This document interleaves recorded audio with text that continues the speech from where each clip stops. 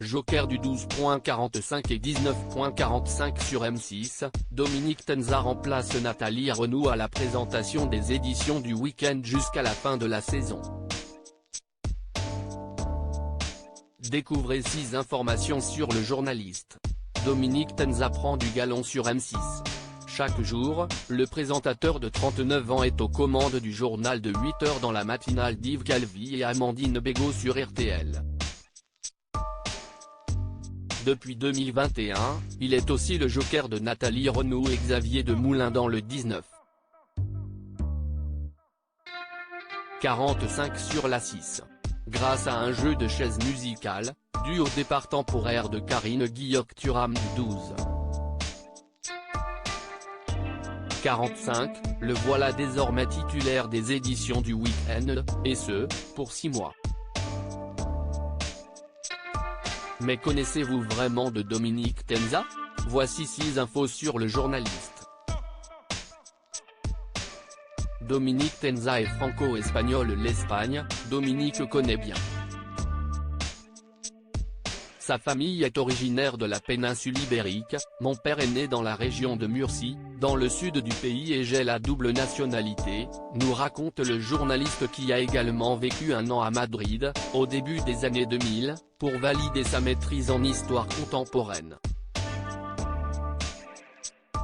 L'apprentissage de cette langue a parfois été compliqué pour lui.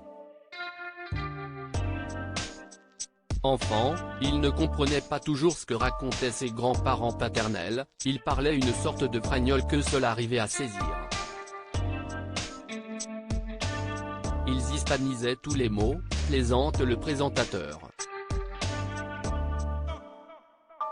Dès qu'il le peut, Dominique Tenza retourne en Espagne pour y passer quelques jours de vacances. Mes parents vivent dans les Pyrénées-Orientales, à 1 heure de la frontière espagnole, explique-t-il. Il est devenu journaliste grâce à une célèbre émission de M6 CST en regardant un numéro de Zone Interdite consacré aux grands reporters de guerre que j'ai eu envie de faire ce métier. Nous sommes alors en 1999 et ce soir-là, Dominique, 16 ans, a une révélation, il sera journaliste. L'émission suivait Nicolas Poincaré pendant la révolution des mineurs en Roumanie.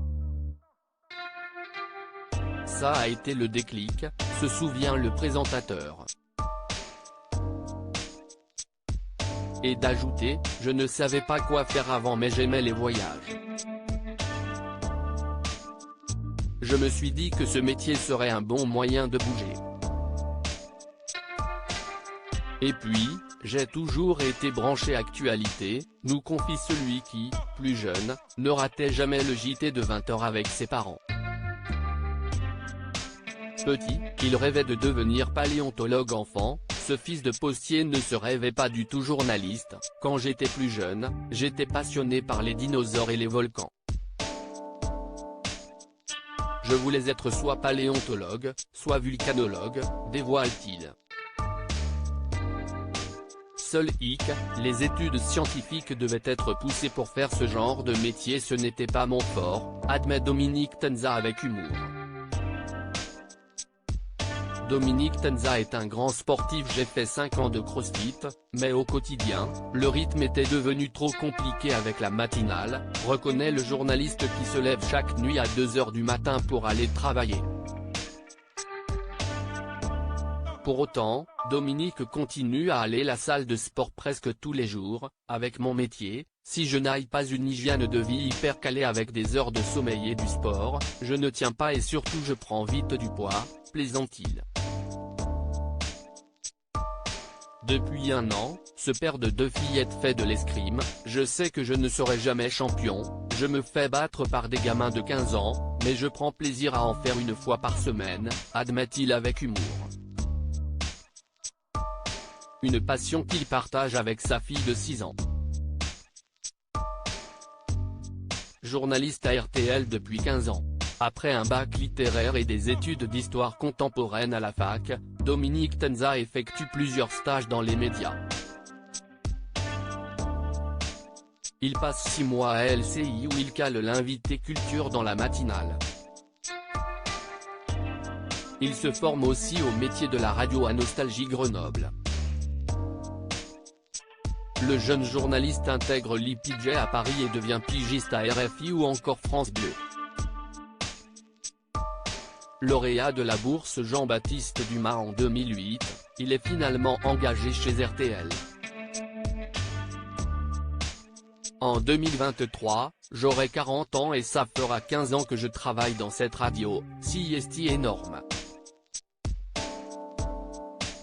Le premier confinement, un moment fort dans sa carrière en 15 ans, le journaliste a couvert des événements aussi divers que passionnants, l'affaire des SK à New York, son premier gros reportage, l'élection du pape François, la prise d'otage de l'IP cachée à Vincennes. Mais ce que retient surtout Dominique, c'est le premier confinement en 2020, pendant la crise sanitaire liée au Covid-19, en présentant les journaux, je me suis senti utile.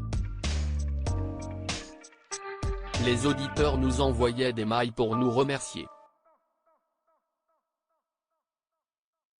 Bien sûr, ce n'était pas grand-chose comparé aux soignants, souligne le journaliste avant de continuer, on ne s'arrêtait jamais de bosser. On était un petit groupe et nous faisions des conférences de presse, les mains trempées dans le gel hydroalcoolique et avec 3 masques sur le visage.